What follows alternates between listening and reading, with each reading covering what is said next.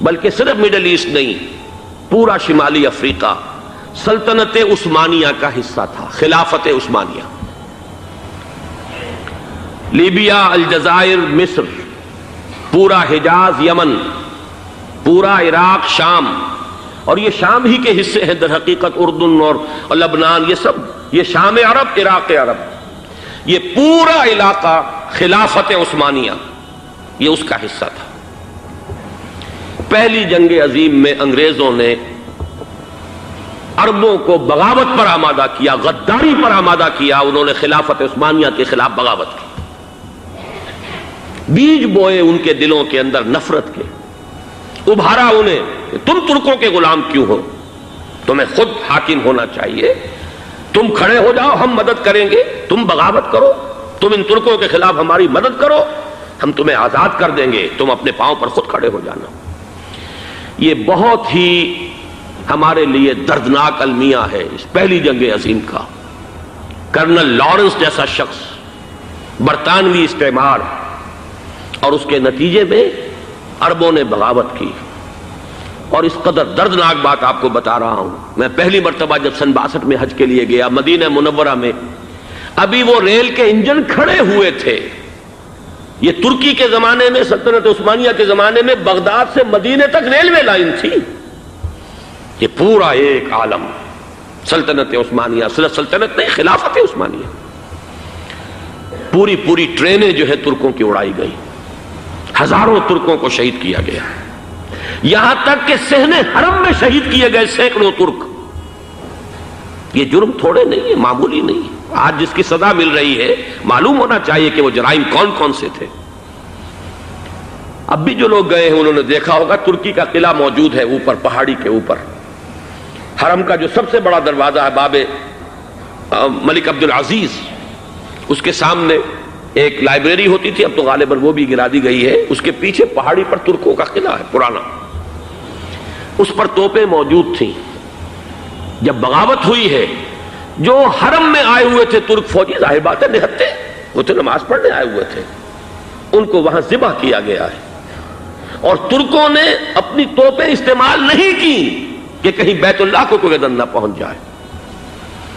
بہرحال یہ غداری ہوئی ہے پہلی جنگ عظیم کے دوران، اور نہ صرف ترکوں کے، عربوں نے کی ہے۔ جیسا کہ میں نے کہا تھا، دو ہیں سب سے بڑے مجرم روئے ارضی کے اوپر امت مسلمہ کے طبقات۔ ہمارا پنجابی سپاہی بھی جا کر انگریزوں کی مدد کر کے ایلن بی کو قبضہ جو لے کر دیا بغداد کا، اس میں ہمارے مسلمان پنجابی سپاہی بھی شامل تھے۔ یہ خون چکاں باب ہے ہماری تاریخ کا اس صدی کا۔ لیکن اس کے بعد سلطنت عثمانیہ کے ٹکڑے ہو گئے، چیتھڑے ہو گئے۔ ایک انگریز نے لکھا ہے، یہ جملہ ذہن میں بجھا ہوا جملہ، کہ تاریخ میں یہ بات ثبت ہو جائے گی کہ ایک انگریز نے اس سلطنت کے ٹکڑے کر دیے کہ جو عمر فاروق نے قائم کی تھی رضی اللہ تعالی عنہ۔ یہ پورا عالم، یہ تمام علاقہ کس نے فتح کیا تھا؟ یہ بات ہاتھ بدل گئے تھے، پھر ترک آ گئے، خلافت عثمانیوں کے پاس چلی گئی، لیکن یہ سلطنت تو حضرت عمر رضی اللہ تعالیٰ عنہ کے زمانے سے چلی آ رہی تھی۔ اس کو ایک انگریز کرنل نے، اور اس نے بغاوت پہ آمادہ کر کے عربوں کو اور ترکوں کے پیٹھ میں چھرا ڈھپوا کر ان کے ذریعے سے اور ٹکڑے کر دیے۔ لیکن جب جنگ ختم ہوئی، اب انہوں نے کہا کہ اب ہمیں آزادی دیجیے، تو اب انہیں معلوم ہوا کہ غداروں کو دنیا میں کیا ملتا ہے، ٹکڑے کر دیے گئے۔ یہ حصہ عراق یہ انگریز کے پاس رہے گا، شام کا یہ علاقہ یہ فرانسیسیوں کے پاس رہے گا، مصر پر انگریزوں کا تسلط رہے گا، لیبیا اطالویوں کے پاس رہے گا، لے دے کر یہ جو علاقہ تھا حجاز، چونکہ وہاں کچھ تھا ہی نہیں، بوادٍ غیر ذی زرع، یہ عربوں کے پاس چھوڑ دیا گیا۔ اس وقت جو بادشاہ ہیں شاہ حسین اردن کے، ان کے دادا سب سے بڑے غدار وہی تھے، لہذا ان کو اس علاقے کی بادشاہت دے دی گئی۔ اس کے بعد نجد سے ایک تحریک اٹھی ہے، وہ سعودی جو خاندان ہے وہ نجد سے اٹھا ہے۔ نجد میں اس وقت کچھ بھی نہیں تھا، وہ تو صرف ریت کے تودے تھے اور کچھ بھی نہیں، لہذا ادھر کسی استعماری قوت کو دیکھنے کی ضرورت ہی نہیں تھی۔ وہ تو بعد میں تیل برآمد ہوا اور اس کی حیثیت ہو گئی، اور یہ امارات کا علاقہ جو ہے اس کی دنیا میں اب گویا کہ یوں سمجھیے کہ جو سب سے زیادہ اہم علاقے ہو سکتے ہیں روئے ارضی کے نقشے پر، ان میں سے ایک وہ ہو گیا، لیکن یہ اس وقت کی بات میں کر رہا ہوں، کوئی حیثیت نہیں تھی، لہذا اس کو چھوڑ دیا گیا۔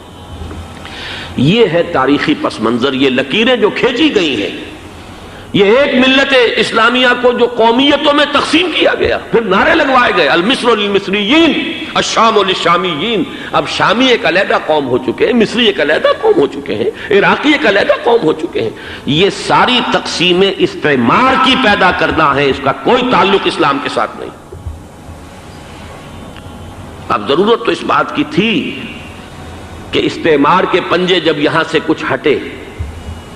دوسری جنگ عظیم کے بعد ایک دور آیا، امریکہ ابھرا ہے دنیا کی عالمی سطح پر سیاست میں، اس کے ہاں کچھ آزادی کے تصورات تھے، اس نے بھی سپورٹ کیا۔ برطانیہ کمزور ہو چکا تھا، وہ اتنے بڑے علاقے کو اب ہولڈ نہیں کر سکتا تھا۔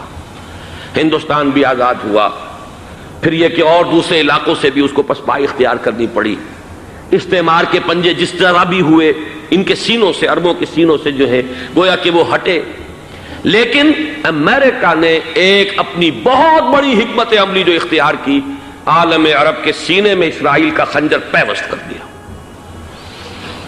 تاکہ یہ کبھی آزاد نہ ہو جائیں، ہمارے انگوٹھے تلے رہے،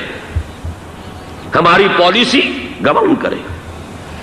یہ استعمار کا دوسری جنگ عظیم کے بعد جہاں برطانوی استعمار، فرانسیسی استعمار رفتہ رفتہ یہ ہٹنے شروع ہوئے، صدر ناصر نے انگریزوں کو اٹھا کر پھینکا میڈیٹرینین میں اور دوسرے جگہوں سے، الجزائر نے آزادی حاصل کی فرانس سے، اطالویوں سے جو ہے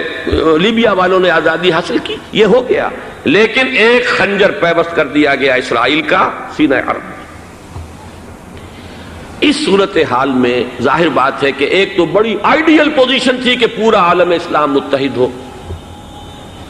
لیکن وہ تو بہت دور کا خواب معلوم ہوتا ہے۔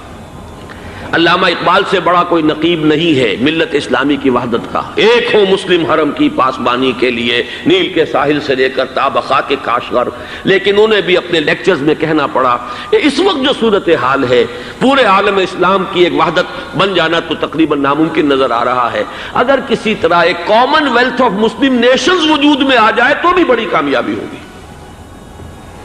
لیکن اس سے بھی پہلے یہ تو زیادہ آسان تھا کہ عالم عرب ایک وحدت کی شکل اختیار کر لے۔ یہ تو ایک قوم ہے، اکثر و بیشتر ایک نسل یا زیادہ دو نسلیں کہہ دیجیے، شمالی افریقہ میں بربر نسل بھی ہے، باقی تو سب عرب ہیں۔ یہ پورا عالم ایک نسل، ایک زبان، پورے اتنے رقبے کے اوپر بولے جانے والی ایک زبان، یہ تو ایک ہو جائے۔ افسوس یہ ہے کہ اس کا ایک ہو جانا، ایک شخصیت ابھری تھی جو مذہبی مزاج کی شخصیت تھی،